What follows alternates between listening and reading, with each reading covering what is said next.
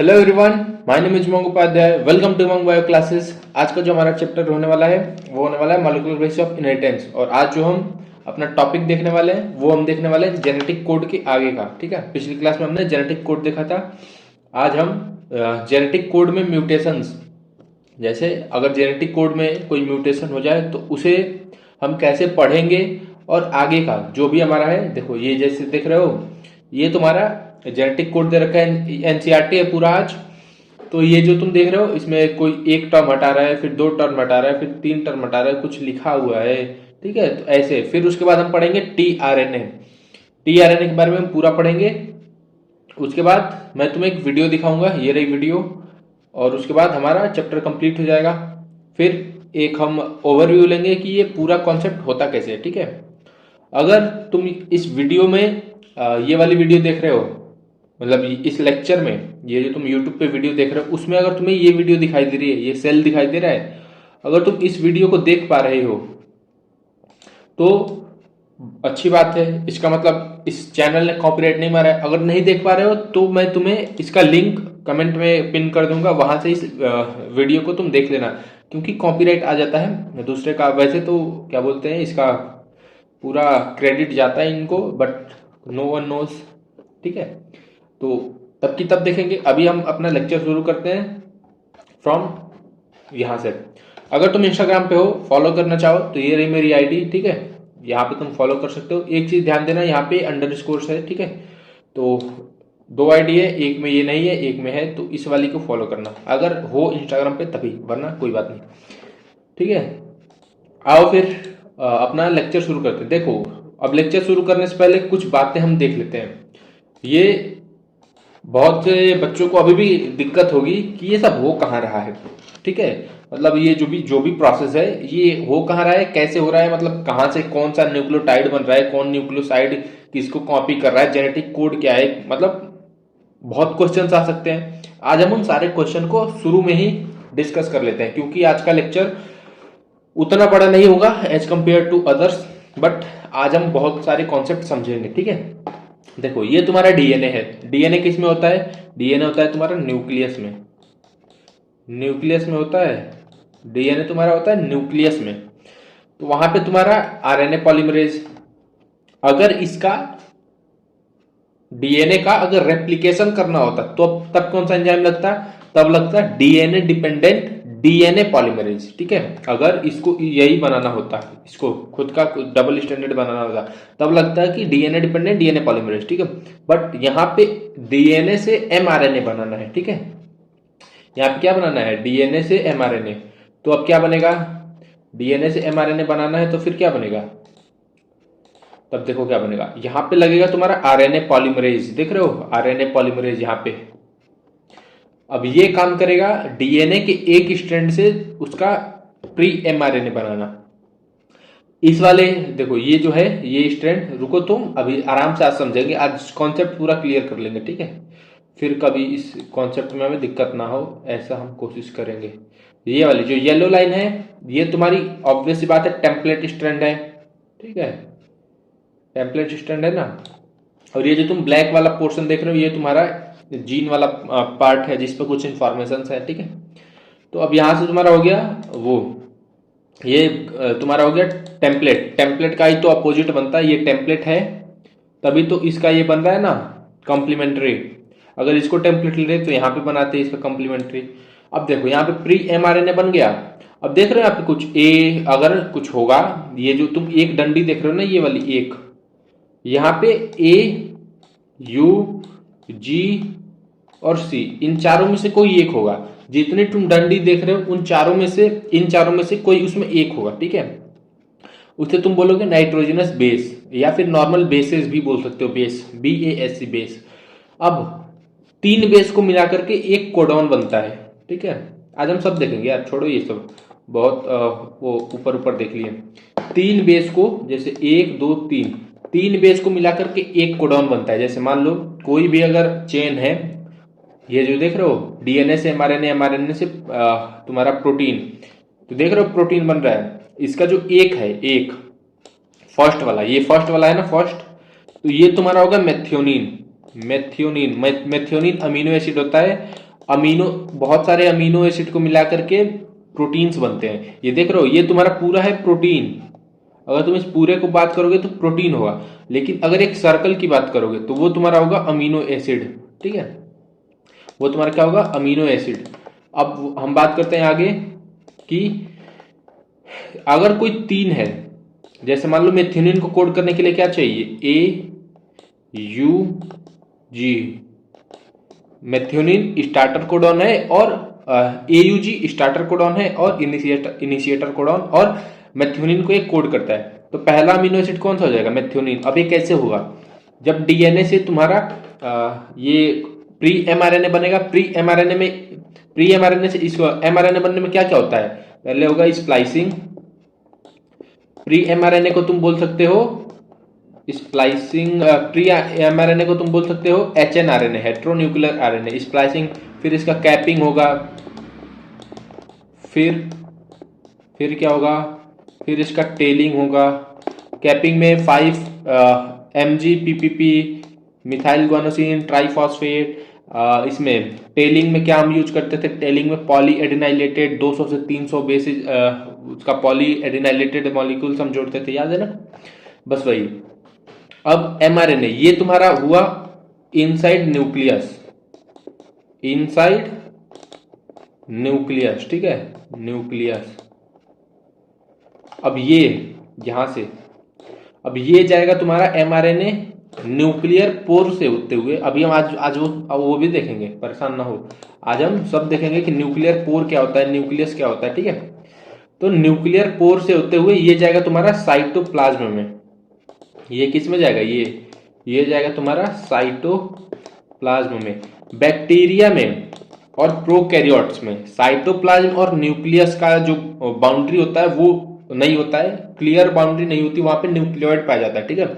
तो वहां पे ट्रांसलेशन और ट्रांसक्रिप्शन सेम कंपार्टमेंट में होता है। कंपार्टमेंट का मतलब सेम रूम में होता है, ठीक है, सेम चेंबर में होता है।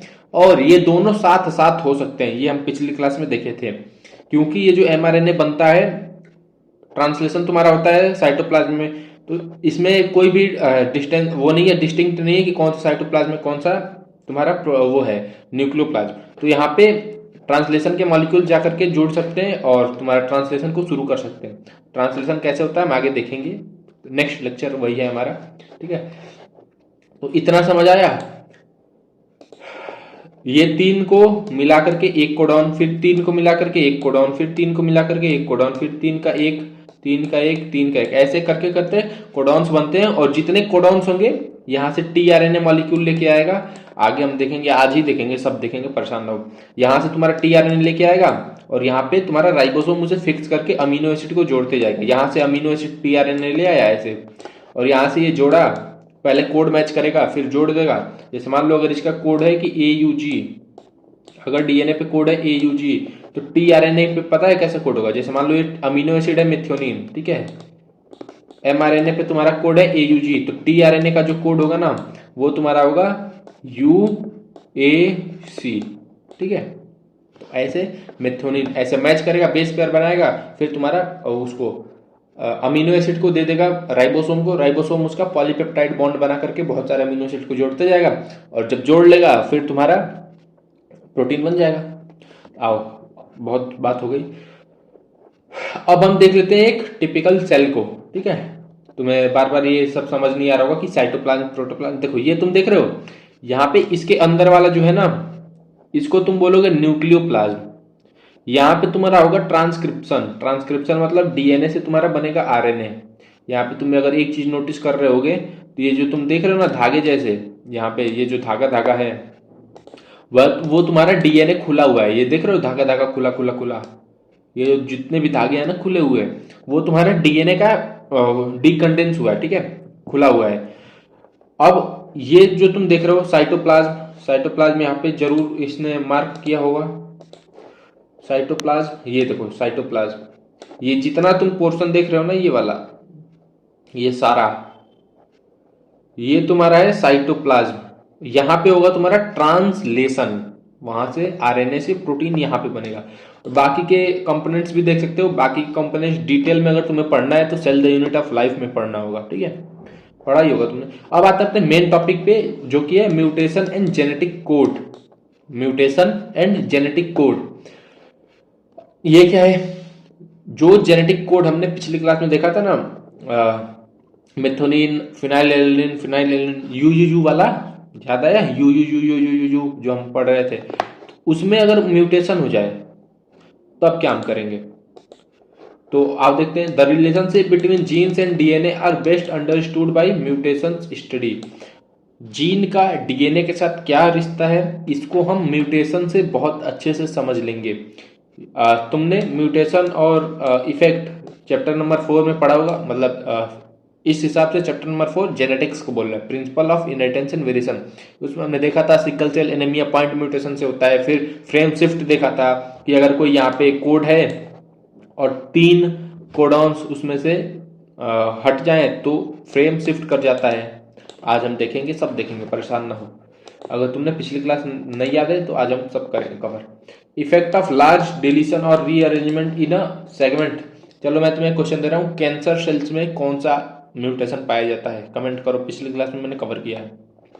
इफेक्ट ऑफ लार्ज डिलीशन और arrangement in a segment of DNA are easy to comprehend. It may result loss और gain of gene so of function.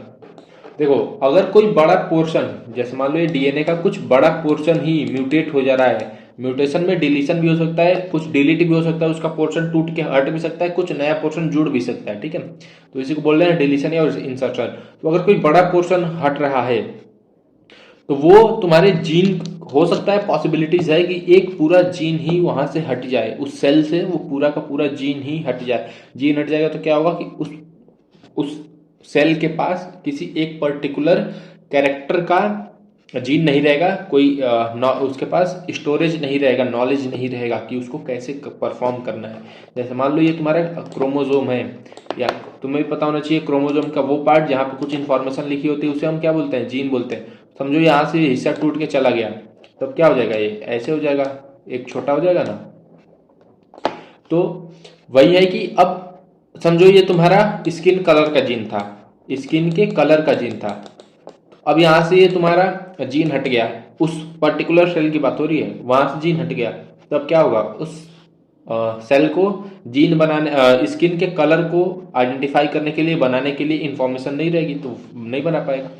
ऐसा तो गेन और लॉस ऑफ जीन हो सकता है अगर बड़ा सेगमेंट डीएनए का डिलीट हो रहा है या इंसर्ट हो रहा है। अगर मान लो कोई नया इंसर्ट हो गया तो समझो कि स्किन के साथ साथ तुम्हारे हेयर कलर का भी आ गया, तो इसी पार्ट में अब ये थोड़ा बड़ा हो जाएगा, ठीक है? तो इसके पास दोनों आ जाएगा सेम क्रोमोसोम पे। तो ऐसे कहने का मतलब था। The effect of point mutation will be explained here. Point mutation हमने पिछली जेनेटिक्स में भी देखा है, सिकल सेल एनीमिया। अगर तुम्हें डिटेल में पढ़ना है तो जाओ, तुम सर्च कर लेना सिकल सेल एनीमिया, उमंग बायो क्लासेस आ जाएगा।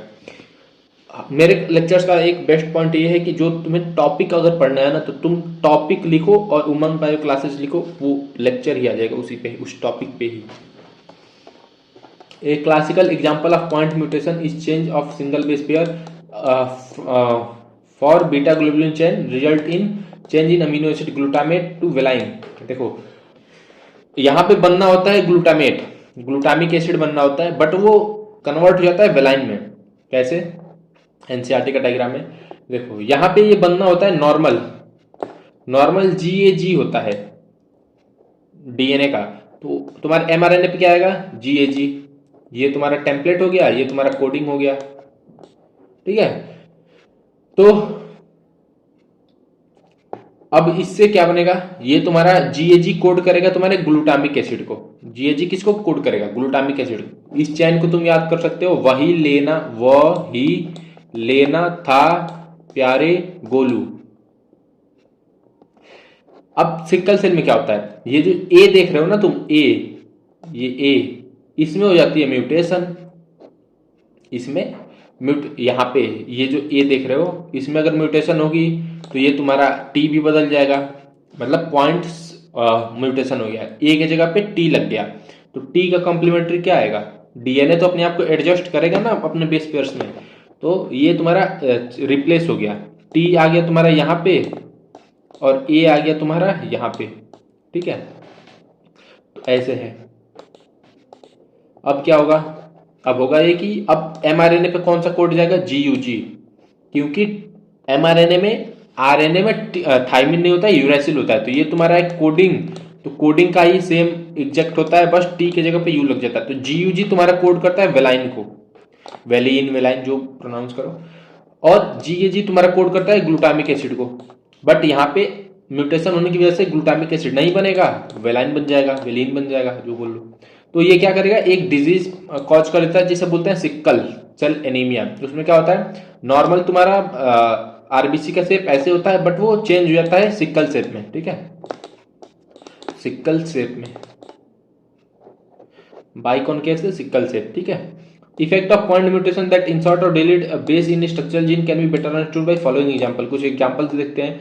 Consider a statement that is made up of following words each have 3 letters in genetic code. आओ देखते हैं अपना, पहले ये देख लो सिकल सेल क्या होता है। इसमें ये एक क्वालिटेटिव होता है, ठीक है, पूछता है क्वालिटेटिव है कि क्वांटिटेटिव है, तो उसमें क्वालिटेटिव होगा, ठीक है। Sickle cell anaemia is a disorder caused by abnormal haemoglobin. ये तुम्हारा एबनॉर्मल हीमोग्लोबिन मतलब साइज उसका बिगड़ जाएगा, ठीक है, इसका साइज क्या होगा, बिगड़ जाएगा। अब इसमें होता क्या है कि ये तुम्हारा जो है वो ब्लड सेल आरबीसी जो तुम्हारी होती है उसको ये डिस्ट्रॉय करना, मतलब टूटना, टूट जाएगा। डिस्टॉर्टेड का मतलब होता है, समझो एक तरह से रप्चर हो गया, ठीक है, तो ये तुम्हारा रप्चर हो जाएगा। The distorted red blood cell is fragile and it may burst, मतलब ये तुम्हारा जो रप्चर हुआ है वो, ये जो देख रहे हो ये तुम्हारा कुछ ना कुछ इसमें खराबी आई है ना शेप में इसके, तो अब ये क्या करेगा कि ये मतलब फूट भी सकता है। ब्रस्ट का मतलब होता है फूट जाना, तुमने बलून बस्ट करता है, टायर बस्ट करता है, ठीक है, तो वैसे because of it shape it can also block the vessels causing lot of pain, ठीक है। तो क्योंकि इसका शेप ऐसे है, नॉर्मल आरबीसी ये तुम्हारा देखो, ये तुम्हारा ब्लड वेसल है, ये नॉर्मली इसमें से पास कर जाएगा, लेकिन इसमें पॉसिबिलिटीज है कि ये यहाँ पे आकर के रोक दे, ब्लड के सप्लाई को रोक दे, ठीक है।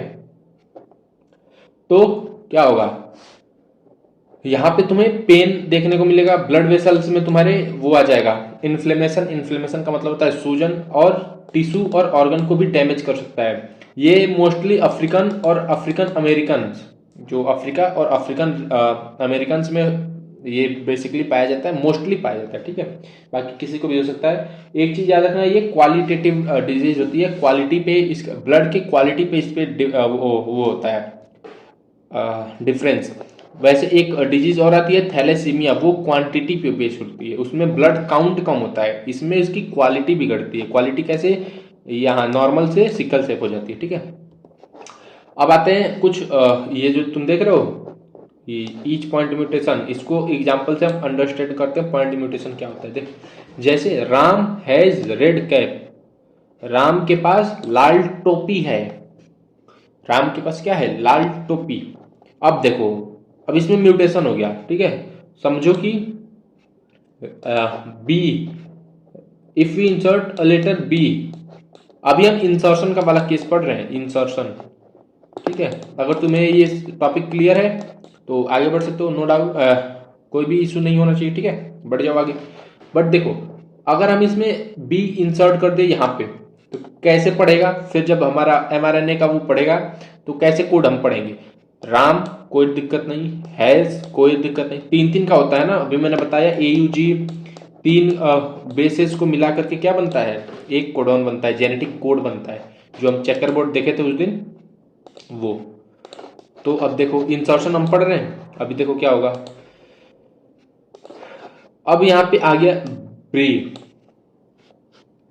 रेड के जगह पे क्या आ गया, ब्रे, ठीक है, DCA। अब आगे अगर कुछ होगा, आगे कब तक होगा, जब तक UAA, तुमने पढ़ा था ना 64 कोडॉन्स होते हैं, जिसमें से 3 स्टॉप कोडॉन्स होते हैं, 3 स्टॉप कोडॉन्स होते हैं। कौन कौन से होते हैं, UAA, UAG और UGA, ये तीन तुम्हारे स्टॉप कोडॉन्स होते हैं, ठीक है। तो क्या होगा, जब तक इन तीनों में से कोई एक नहीं आएगा तब तक ये तीन तीन के सेट में पढ़ते जाएगा, ठीक है। अब देखो, अब हम 2 लेटर्स को करते हैं, अब हम 2 लेटर्स को करते हैं क्या, इंसर्ट BI। अब हम 2 लेटर्स को इंसर्ट कर दिए, B और I।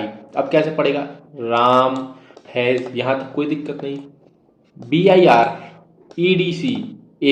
और ये कब तक पढ़ेगा? जब तक UAA UGA UAG, ये तीनों में से कोई एक, तीनों नहीं कोई एक, ये तीनों को बोलते हैं स्टॉप कोडॉन, लेकिन कोई एक आएगा तो वहां से आगे ट्रांसक्रिप्शन नहीं होगा, कुछ नहीं होगा, ठीक है। देखो अब AP, अब इसके आगे तीन तीन का एक यहां से सेट लेगा, फिर तीन तीन का बना करके आगे पड़ेगा। अब हम 3 लेटर्स को वो करते हैं इंसर्ट, ठीक है। अब क्या करते हैं, 3 लेटर्स को इंसर्ट करते हैं, तब देखो क्या होगा। 3 लेटर को इंसर्ट किया जाए, अब BIG बिग, अब क्या हुआ, इसमें फ्रेम शिफ्ट हो गया। समझो ये कोई ए अमीनो एसिड कोड कर रहा था, हैज कोई B अमीनो एसिड कोड कर रहा था, ये कोई C अमीनो एसिड कोड कर रहा था, ये कोई D अमीनो एसिड कोड कर रहा था। तो अब क्या हुआ, ना तो इंसर्शन मतलब ना तो कुछ चेंज हो रहा है, ना तो कोई डिलीट हो रहा है, बस क्या हो रहा है, एक नया जुड़ जा रहा है BIG। तो समझो कि ये कोई E अमीनो एसिड कोड कर रहा था, तो प्रोटीन में क्या होगा, जो भी प्रोटीन बनेगा उसमें 5 अमीनो एसिड्स आ जाएंगे, ये वाला थोड़ा इंसर्ट हो जाएगा एक एक्स्ट्रा, तो फ्रेम तो शिफ्ट हुआ ना। फ्रेम जैसे एक फ्रेम ये, एक फ्रेम ये, एक फ्रेम ये, एक फ्रेम ये, तो पहले 4 फ्रेम थे, अब एक शिफ्ट होके 5 बना दिया, इंसर्ट हो रहा है तो एक एक्स्ट्रा होगा। अब यहां से देखो डिलीट हो रहा है, पहले हमने R को डिलीट किया तो ED बचा, टोटल तुम्हारा क्या था, राम हैज, देखो NCERT बहुत मस्त एग्जांपल दे रखी है, राम हैज रेड कैप। तो देखो पहले हमने R डिलीट किया तो EDCAP अब डिलीट हुआ, फिर हमने E डिलीट किया तो ED तुम्हारा वो हो गया, अब तुम्हारा DCAP बचा, अब D भी डिलीट कर दिया तो राम हैज कैप। अब देखो इसमें क्या हो रहा है, अब पहले इसका नॉर्मल ये वाला जो कोड करेगा वो कितना करेगा, 4 अमीनो एसिड कोड करेगा। अब ये जो तुम्हारा कोड करेगा वो कितना करेगा, 3 करेगा। क्यों 3 करेगा, क्यों, फ्रेम शिफ्ट हो गया ना, जैसे पहले 4 था फ्रेम, अब 3 हो गया फ्रेम, तो एक शिफ्ट हुआ। अब शिफ्ट कैसा हुआ, नेगेटिव हुआ, नेगेटिव का मतलब डिलीट हुआ। डिलीट क्यों हुआ, क्योंकि एक पूरा कोड, रेड वाला कोड ही तुम्हारा, रेड वाला जेनेटिक कोड ही तुम्हारा डिलीट हो गया, इस वजह से। The conclusion from above exercise is very obvious. Insertion or deletion of one or two bases change the reading frame of point of insertion or deletion. कोई भी दो लेस देन 2 या इक्वल टू 2 अगर तुम्हारा इंसर्ट या delete होगा तो तुम्हारा फ्रेम पूरा बदलेगा, मतलब रीडिंग फ्रेम पूरा बदल देगा। लेकिन अगर 3 या इसके मल्टीपल में 3 या इसका मल्टीपल, ये इक्वल टू है, ठीक है, समझ जाना, इक्वल टू है, 3 या इसका मल्टीपल अगर डिलीट हुआ तो ये फ्रेम जो होगा वो अनअल्टर्ड होगा, बट एक नया कोडॉन जुड़ जाएगा, ठीक है। यहां पे देखो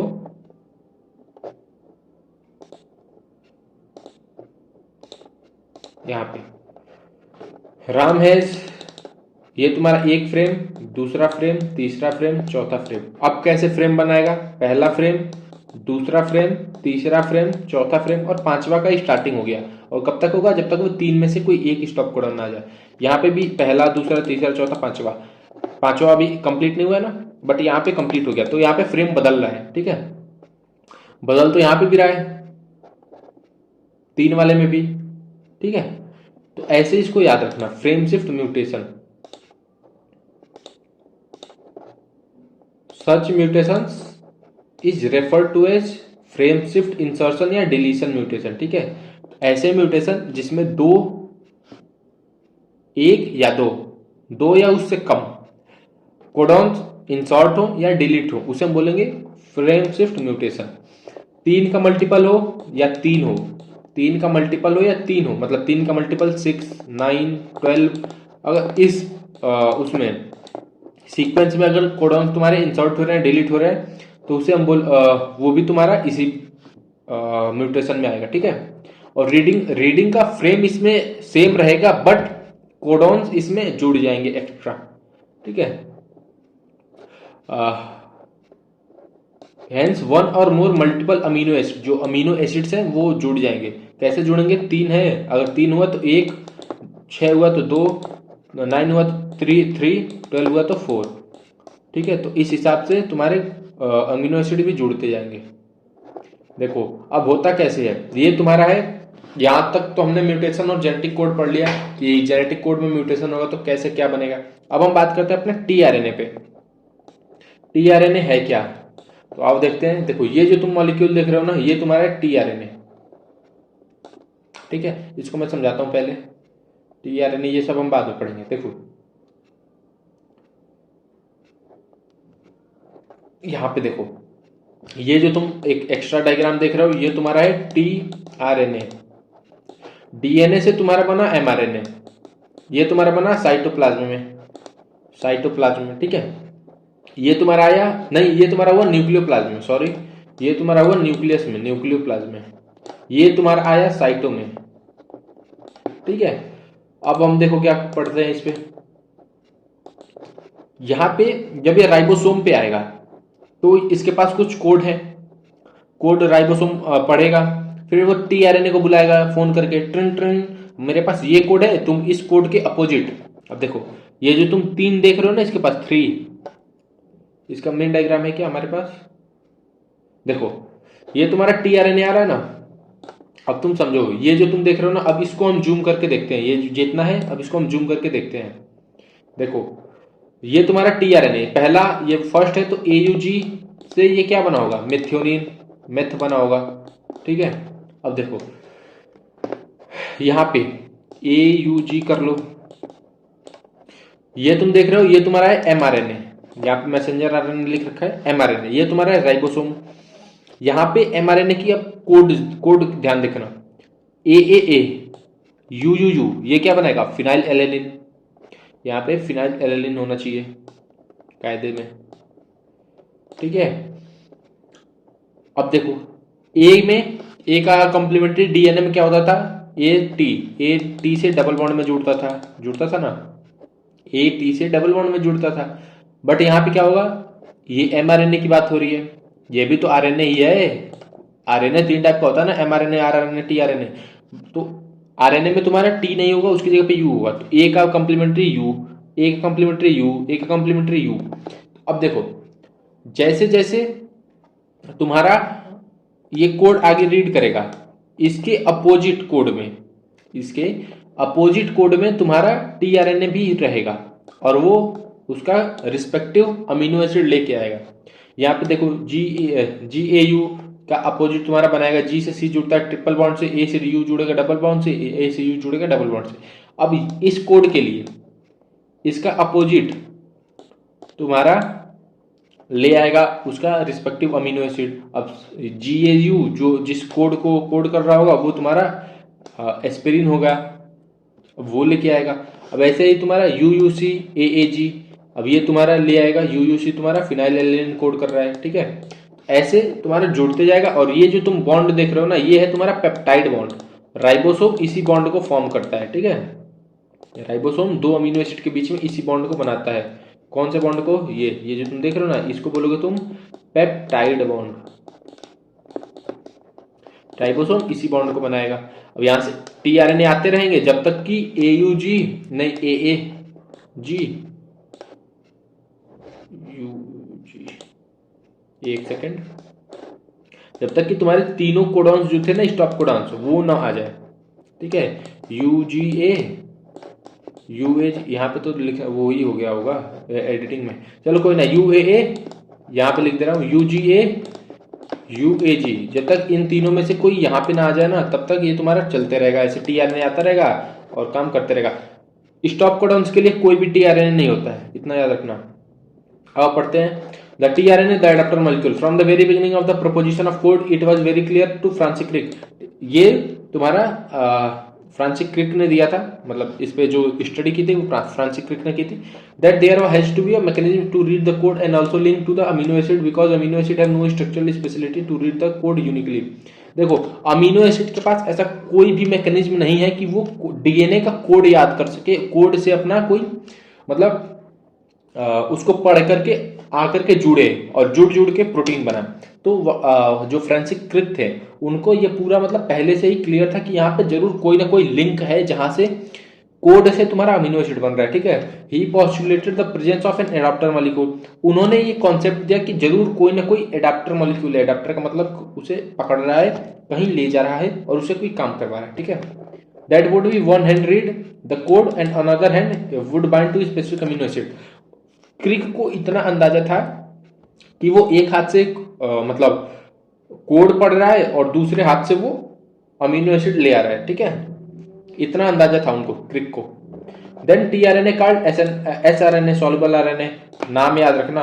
टीआरएनए को सॉल्युबल आरएनए भी कहा गया। Was known before the genetic code was postulated. अभी जो हरगोविंद खुराना थे, मार्शल नीरनबर्ग थे, जॉर्ज गेम्यू थे, इन तीनों ने जेनेटिक कोड जब डिस्कवर किया उसके पहले हम टीआरएनए को सॉल्युबल आरएनए बोलते थे, ठीक है। However, its role as an adapter molecule was assigned much later. इस tRNA को adapter molecule कहना बहुत बाद में शुरू हुआ, ठीक है। tRNA has anticodon loop that has base complementary to the code and it is also has amino acid adapter and to which it bind to amino acid. अब ये कैसे ले आता है, क्या काम करता है, देखो ये तुम्हारा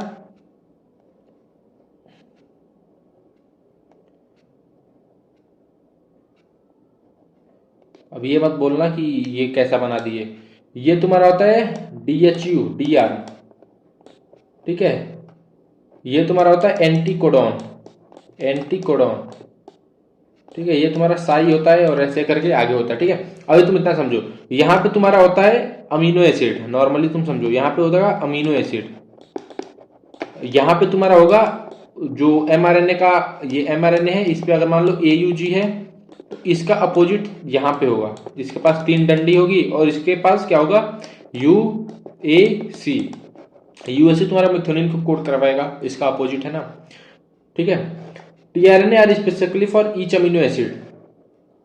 हर अमीनो एसिड के लिए एक तुम्हारा टीआरएनए फिक्स है, मतलब ऐसा नहीं है कि एक ही टीआरएनए बहुत सारे अमीनो एसिड को ले आ रहा है या एक अमीनो एसिड को बहुत सारे टीआरएनए ले जा रहा है, ऐसा नहीं है। एक अमीनो एसिड को एक टीआरएनए ले जाएगा। For initiation there is another specific tRNA refer to as initial tRNA. There are no tRNA for stop codon. देखो इनिशिएटर कौन है, मिथ्योनिन है। मिथ्योनिन को कौन कोड करेगा, AUG करेगा। AUG के लिए टीआरएनए पे क्या कोड होना चाहिए, UAC होना चाहिए। तो जिस टीआरएनए के पास ये कोड होगा वो तुम्हारा इनिशिएटर टीआरएनए होगा, समझ लिया ना। इन फिगर 5.12 अभी हम देखेंगे, नहीं पता कहाँ पे है, कोई बात नहीं। In secondary structure of tRNA has been depicted that looks like clover leaf and in actual the tRNA is compact molecule which look like inverted L shape. देखो इसके कहने का मतलब क्या है, इतना इंग्लिश मत देखो। सेकेंडरी स्ट्रक्चर अगर तुम देखोगे टीआरएनए का तो वो तुम्हें क्लोवर लीफ मॉडल में दिखाई देगा। अगेन टीआरएनए को पहले क्या बोलेंगे, सॉल्युबल आरएनए। फिर टीआरएनए एडाप्टर मॉलिक्यूल है, उसका शेप कैसा होता है, क्लोवर लीफ के जैसा होता है। एक्चुअल में तुम अगर उसे कॉम्पैक्ट मॉलिक्यूल के जैसे देखोगे तो इन्वर्टेड एल। इन्वर्टेड एल का मतलब कैसे होता है, ऐसे कर लो, एल ऐसे होता है, इसको इन्वर्ट कर दो मतलब उल्टा कर दो, ठीक है। वैसे एनसीईआरटी का डायग्राम मैंने लगाया है, देखो इन्वर्टेड एल है ना, ये यहां पे देखो UAC, कोई बात ना। AUG देखो, AUG है ना यहाँ पे, तो ये तुम्हारा mRNA पे क्या कोड आ रहा है, UAC। अगर mRNA पे तुम्हारा AUG होता तो तुम्हारा टीआरएनए क्या लेके आता, टीआरएनए तुम्हारा लेके आता मेथियोनिन। क्यों लेके आता, क्योंकि तब तुम्हारा इस पे होता कोड, तुम्हारा क्या होता UAC, ठीक है। अगर इसको अपोजिट कर देते तो थायरोसिन की जगह पे क्या बनाता, मेथियोनिन बनाता है। मेथियोनिन में बार बार इसलिए करवा रहा हूँ कि मेथियोनिन इंपॉर्टेंट है, क्वेश्चन आता है कि कौन सा इनिशिएटर कोडॉन है। बार बार तुम मेथियोनिन सुनोगे ना, तुम्हारे दिमाग में रहेगा पहला कोडॉन, पहला अमीनो एसिड ही तुम्हारा मेथियोनिन रहेगा, ठीक है। और इसको कोड करने वाला कोडॉन क्या होगा, AUG। आई होप इतना समझ आ गया होगा। आगे बढ़ते हैं। अब यहाँ पे हमारा आज का पूरा टॉपिक क्लियर हो चुका है। अब हम वीडियो देखने वाले हैं कि कैसे क्या होता है, ठीक है।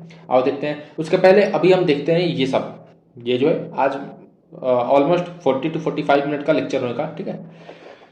लार्ज सब यूनिट ये तुम्हारी है, लार्ज सब यूनिट ये तुम्हारी स्मॉल सब यूनिट। अच्छा, ये जो mRNA है ना, ये पहले आकर के जुड़ता है तुम्हारे स्मॉल सब यूनिट से। अलग अलग जगह पे अलग अलग तुम्हारा वो है ऑप्शन आंसर है कि पहले लार्ज से जुड़ता है कि स्मॉल से, बट अभी जो ऑप्शन ऑफिशियल आंसर है वो तुम्हारा स्मॉल है, ठीक है। देखो क्वेश्चन आएगा तो स्मॉल से तुम लिखना। देखो ये तुम्हारा एग्जिट, यहां से तुम्हारा टीआरएनए भगेगा, ये तुम्हारा है यहाँ पे वो काम करेगा, पेप्टाइड बॉन्ड बनाएगा, पेप्टिडाइल, ठीक है। और ये तुम्हारा एसिटाइल है। ले आओ भाई, यहाँ से ले आओ, यहाँ से पेप्टाइड बॉन्ड बनाओ और यहाँ से तुम भगो। अब देखो टीआरएनए में खासियत क्या है, टीआरएनए का शेप हम देखते हैं। टीआरएनए ये तुम्हारा है डीएचयू आर्म, ये तुम्हारा है साई आर्म, ये तुम्हारा वेरिएबल आर्म। ये अलग अलग आरएनए का अलग अलग होता है ये वेरिएबल आर्म। तुम्हें मेन याद रखना है, ये नाम याद रख लेना, टी साई और डीएचयू। और ये याद रखना कि ये एक्सेप्टर आर्म है, यहाँ पे तुम्हारा अमीनो एसिड आके जुड़ेगा, यहाँ पे अमीनो एसिड आकर के जुड़ेगा, मतलब जुड़ा रहता है। हर टीआरएनए एक एक अमीनो एसिड ले आता है, ठीक है, जोड़ जोड़ के। यहाँ पे तुम्हारा ये जो है एंटीकोडॉन है, ये वाला स्ट्रक्चर तुम रुको यहाँ पे, ये मैंने इस एक्चुअली ये वाला डायग्राम लगाने का बहुत मेरा वो अलग ही पर्सपेक्टिव था जब मैं स्लाइड बना रहा था। देखो अब मैं समझाता हूँ इसको कैसे। मान लो ये तुम्हारा ए है, समझो अभी U G C T U, cytosine नहीं होगा यार, मैं कुछ भी लगा दिया बनाने के चक्कर में ना, मैंने कुछ भी लिख दिया, कोई बात ना। यू नहीं रहेगा यार, सी तो रहेगा ही, साइटोसिन तो रहेगा ही। चलो इस पे हम देखते हैं सी टी सी, ये हम दो कोडॉन्स लेते हैं। अब इसका अपोजिट क्या होगा, अब इस वाले डीएनए पे देखो, इस वाले डीएनए पे क्या होगा, टी, रुको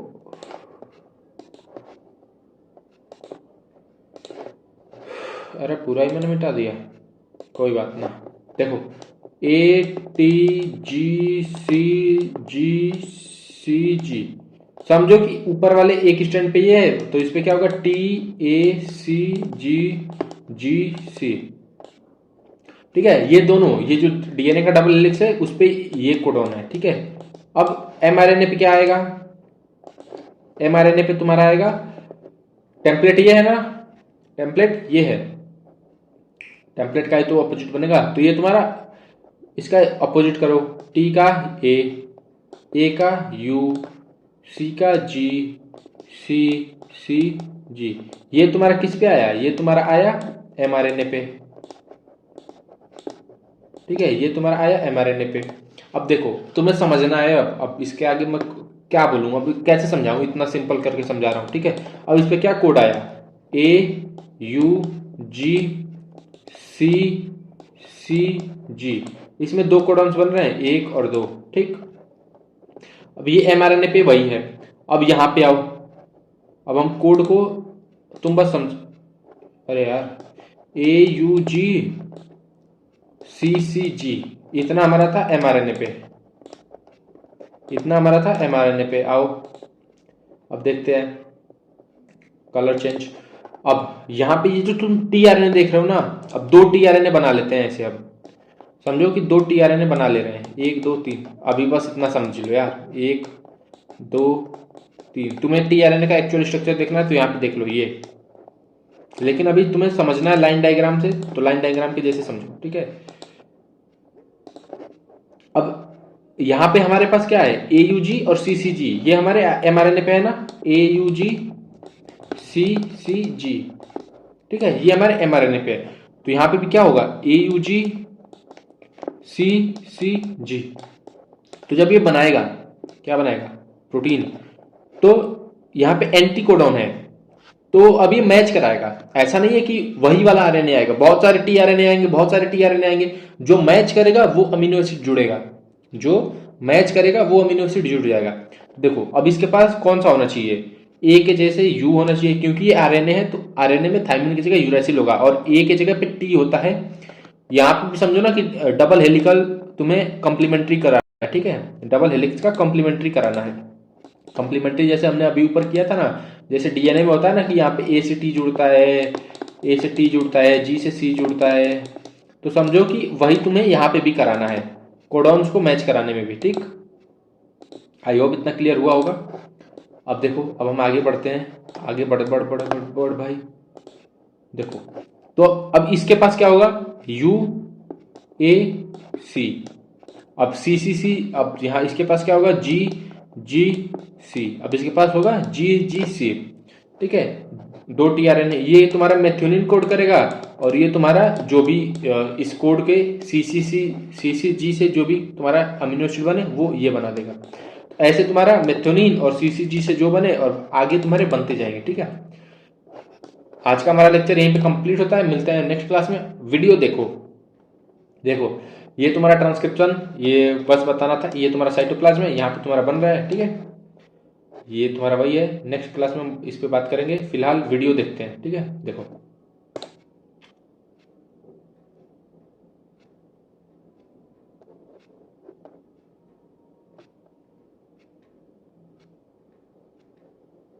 देखो ये तुम्हारा सेल है, इसके अंदर हम जा रहे हैं, ये तुम्हारे अलग अलग कंपार्टमेंट है। ठीक है, ये है तुम्हारा साइटोप्लाज्म, और ये न्यूक्लियस के अंदर तुम देख रहे हो ना, ये है तुम्हारा न्यूक्लियोप्लाज्म, यहाँ पे होगा ट्रांसक्रिप्शन और यहाँ पे होगा ट्रांसलेशन। ठीक है,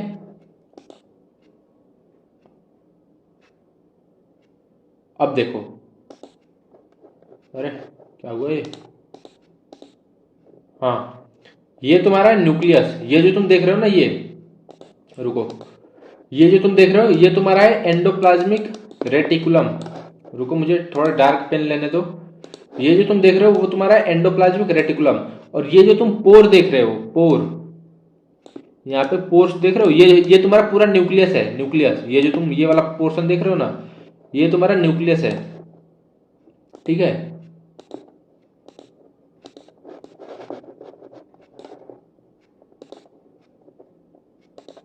ये तुम्हारा है न्यूक्लियस। ठीक, ये तुम्हारा एंडोप्लाज्मिक रेटिकुलम, और बाकी ये तुम्हारे फर्दर। अब देखो ये तुम्हारा न्यूक्लियर पोर हो गया, ये पोर ये पोर ये पोर, ये न्यूक्लियर पोर न्यूक्लियर पोर, इसी के थ्रू एमआरएनए तुम्हारा साइटोप्लाज्म में जाएगा, इसके अंदर से इसी के थ्रू तुम्हारा साइटोप्लाज्म निकलेगा। ये जो तुम छेद देख रहे हो ना, इसी के थ्रू एमआरएनए तुम्हारा साइटोप्लाज्म में जाएगा। ठीक है, देखो ये तुम जो देख रहे हो ना, ये जो भी तुम जितने हैं इनमें से किसी के थ्रू एमआरएनए तुम्हारा साइटोप्लाज्म में जाएगा। अब देखो ये तुम्हारा क्रोमोसोम है, क्रोमोसोम। अब देखो इसको वो किया, पूरा डिकंडेंस किया, खोला। अब इसमें तुम्हें क्या दिख रहा है, ये जो तुम देख रहे हो हिस्टोन प्रोटीन विथ डीएनए, इसको हम बोलते थे न्यूक्लियोसोम, बिट्स ऑन स्ट्रिंग्स। ये जो तुम स्ट्रक्चर देख रहे हो ये तुम्हारा बिट्स ऑन स्ट्रिंग वाला है। ठीक है, आगे देखो हिस्टोन डीएनए। देखो डीएनए का वो पार्ट, डीएनए का वो पार्ट देख रहे हो, यहां से यहां तक हाईलाइट किया है। डीएनए का वो पार्ट जिसके पास कोई इंफॉर्मेशन हो उसे हम बोलेंगे जीन। यहां पे देख रहे हो जीन लिख रहा है ना। आओ आगे देखते हैं।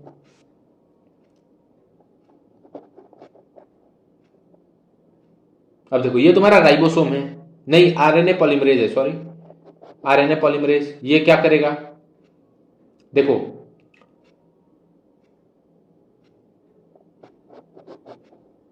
ये तुम्हारा बना रहा है एमआरएनए, क्योंकि इसके एक स्ट्रैंड पे ये काम हो रहा है। देख रहे हो कैसे कैसे आकर कितने मतलब कई सौ है ना ये बेसिस, देखो बहुत सारे बेसिस हैं। अब जो जिससे आकर के जुड़ जाए, अब वहां से तुम्हारे कंप्लीमेंट्री बेस पेयर्स बनते जाएंगे। देखो ऐसे ऐसे जुड़ते जा रहा है। ठीक है, और यहां से निकलते जा रहा है, ये तुम्हारा है।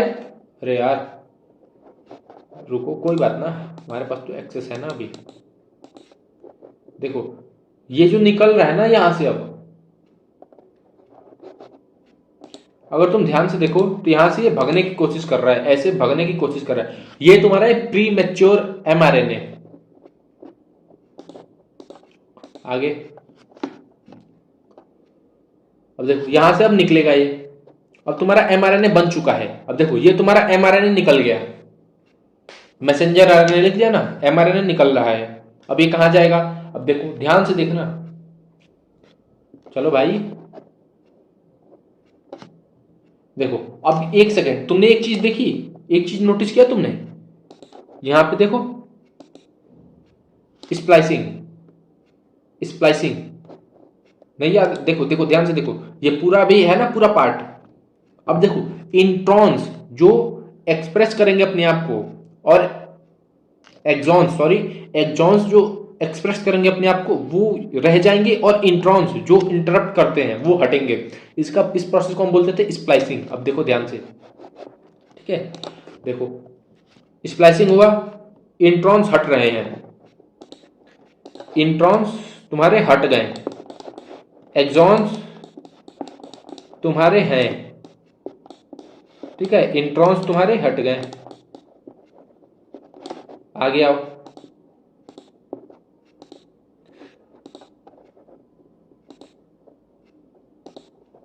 आगे एक्सॉन्स हट के अब ये डीएनए लाइगेज से जुड़ गया। अब देखो ये तुम्हारा,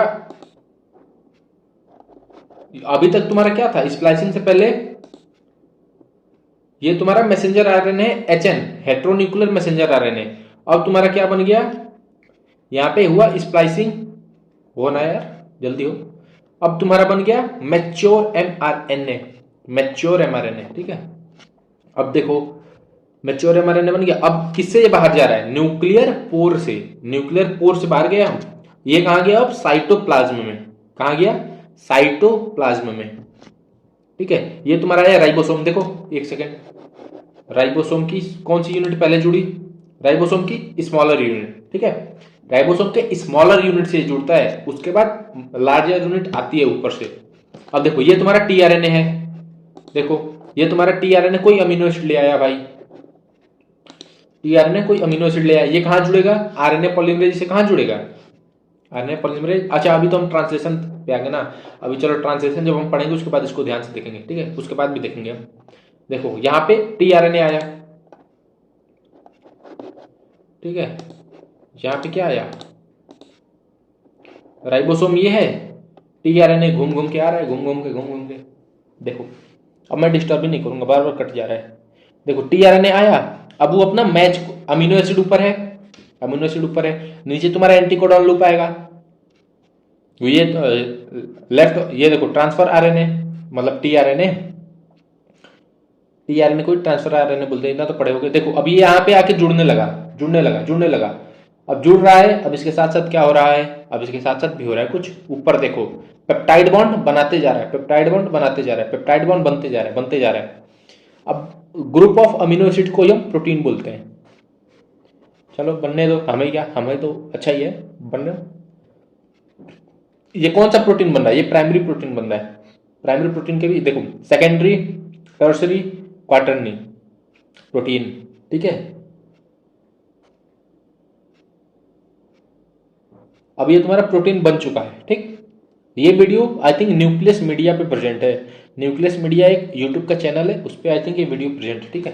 तो ये तुम्हारा प्रोटीन बन गया, ठीक है। तो यही था तुम्हारा ट्रांसक्रिप्शन ट्रांसलेशन, ठीक है। ये अभी हम देख रहे थे प्रोटीन बन गया, तो हमने डीएनए का रेप्लिकेशन भी देखा, रेप्लिकेशन इसमें था, ट्रांसक्रिप्शन देखा, फिर ट्रांसक्रिप्शन से ट्रांसलेशन देखा। चलो फिर आज के लिए इतना ही था, मिलते हैं फिर नेक्स्ट क्लास में, तब तक के लिए टेक केयर, सी यू।